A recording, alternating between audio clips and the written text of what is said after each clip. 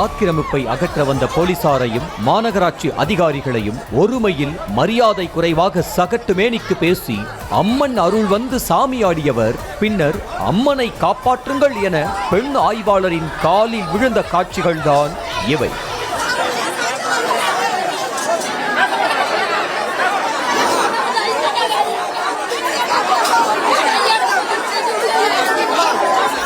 கடந்த 3 ஆண்டுகளுக்கு முன்பு சேலம் அக்ரஹாரம் கடைவீதி அருகே உள்ள சத்தியமூர்த்தி நகர் பகுதியில் கிருஷ்ணமூர்த்தி என்பவருக்கு சொந்தமான வீட்டை மறைத்தும் மாநகராட்சியின் சாக்கடை கால்வாய் மீது தட்டி போட்டு மேடை அமைத்து 5 அடிக்கு அம்மன் சிலையை அப்பகுதி மக்கள் நிறுவியதாக கூறப்படுகிறது.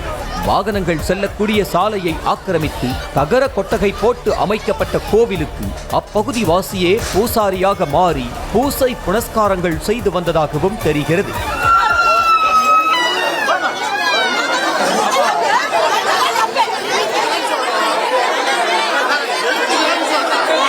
ஆனால் வீட்டை மறைத்து அமைக்கப்பட்ட கோவிலால் அன்றாட வாழ்க்கை பாதிப்புக்கு உள்ளானதை தொடர்ந்து வீட்டின் உரிமையாளர் கிருஷ்ணமூர்த்தி மாநகராட்சியிடம் சிலையை அகற்ற நடவடிக்கை எடுக்க கோரி புகார் அளித்தார்.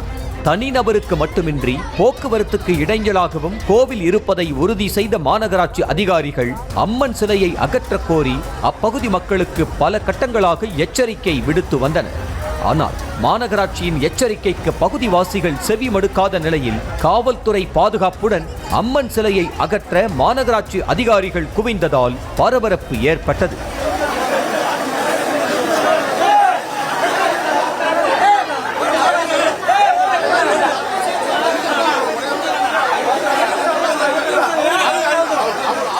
அம்மன் சிலையை அகற்ற எதிர்ப்பு தெரிவித்த பெண்கள் மாநகராட்சி அதிகாரிகளும் வாக்குவாதத்தில் ஈடுபட்டதால் நிலைமை மோசமடைய தொடங்கியது.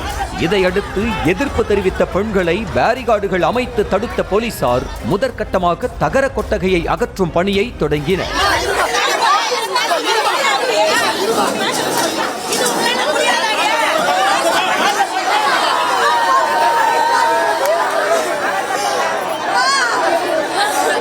தங்களின் காவல் தெய்வமாக வழிபட்ட அம்மனை அதிகாரிகள் அகற்ற தொடங்கியதை பார்த்து மிகுந்த உணர்ச்சி பெருக்கில் ஆக்ரோஷத்துடன் இருந்த பெண்களில் ஒருவர் திடீரென உடலில் மண்ணெண்ணெய் ஊற்றி தீக்குளிக்க முயன்றதால் பெரும் பரபரப்பு ஏற்பட்டது.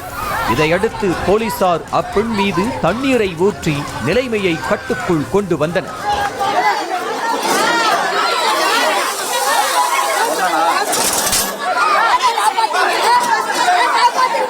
இதையடுத்து அமாவாசை தினத்தன்று அம்மன் சிலையை அகற்ற வேண்டும், அவகாசம் கொடுத்தால் அம்மன் சிலையை நாங்களாகவே வேறு இடத்திற்கு மாற்றிக் கொள்கிறோம் என பொதுமக்கள் சார்பாக இந்து முன்னணி சேலம் கோட்ட தலைவர் மாநகராட்சி அதிகாரிகளிடம் பேச்சுவார்த்தை நடத்தியதை தொடர்ந்து சிலையை அகற்ற 15 நாட்கள் அவகாசம் வழங்கப்பட்டுள்ளது. ஏதோ ஒரு இடத்துல போய் புறம்போக்கில் உட்காந்துருக்க வேண்டாம், அதுக்குன்னு ஒரு இடத்த கண்டுபிடிச்சி அதுக்குன்னு ஒரு ஊட்ட வச்சு அதுக்கு சொந்தமாக ஆக்கி அதில் நம்ம உட்கார வச்சிடலாம். அதனால இந்த 15 நாள் பொறுக்கிறது, இந்த 15 நாளைக்குள்ள ஊர் மக்கள் நம்ம எல்லாரும் சேர்ந்து ஆத்தாளுக்கு ஒரு இடத்த கண்டுபிடிச்சு அவங்களை கொண்டு அங்க வச்சு நம்ம நீண்ட காலமாக அதே பகுதியில் சிறிய கல் போன்ற வடிவில் அம்மனை மக்கள் வழிபட்டு வந்ததாக கூறப்படும் நிலையில் தற்போது 5 அடிக்கு சிலை வைத்து வழிபட தொடங்கியதே பிரச்சனைக்கு காரணமாக அமைந்திருக்கிறது.